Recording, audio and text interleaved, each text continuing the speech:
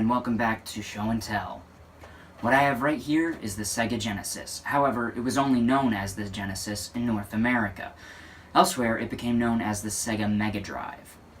It released in Japan on October 29th, 1988, and later in North America on August 14th, 1989.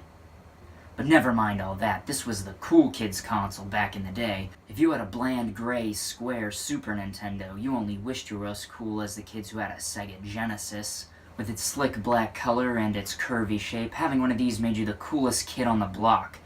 Though personally, I never had one for quite a while, and in all honesty, I could never really get into it. The SNES was more up my alley. But nonetheless, the Genesis had a huge impact, whether I liked it or not. In fact, it made popular a certain blue hedgehog. That's right, Sonic had a slew of games for the Genesis, really solidifying him forever as a gaming icon. The Sonic series wasn't the only cool games for the Genesis, however. There were plenty of others, such as Mortal Kombat. This console also had some interesting add-ons, and as far as I know, maybe the most add-ons ever for a console. The first of these add-ons was the Sega CD, which allowed your little old Sega Genesis to leap into the future, in a sense. It brought the console from a cartridge gaming area into the more modern compact disc gaming era. But this did a lot more than just duct taping a CD player to your Sega Genesis. This add-on actually added a second processor and more system memory.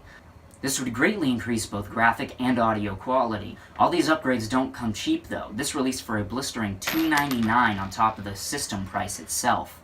The second add-on was the Sega 32X, and what this did was pretty simple. It upgraded the system from, I believe, 16 bits to 32 bits. But let's talk about the controller for a second. The controller looked just as slick as the console itself, and it was a good middle-of-the-line controller from the flat slabs of plastic that we had back then to the more ergonomic design of controllers that we have today. While it was still fairly flat, it did have a bat-wing-like shape that gave your pinkies some room to rest. As far as the actual controls went, it still had a pretty basic layout, despite the Super NES having bumpers at the top of their controllers. The Genesis had a directional pad, an A, B, C, and a start button.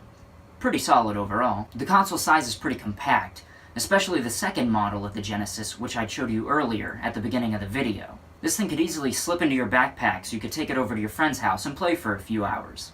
Overall, I really like the Genesis. Though I never got into it, I really wish I would have.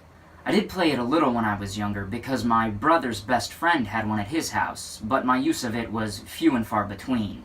I did, however, after acquiring one for myself, pick up a few games, including the Sonic series and a Jurassic Park game I found at a used video game store, and a bunch of random ones that I bought in bulk from a friend. And that's pretty much the full extent of my experience with the Sega Genesis. So with that being said, thank you for watching, and come back next week for Show and Tell.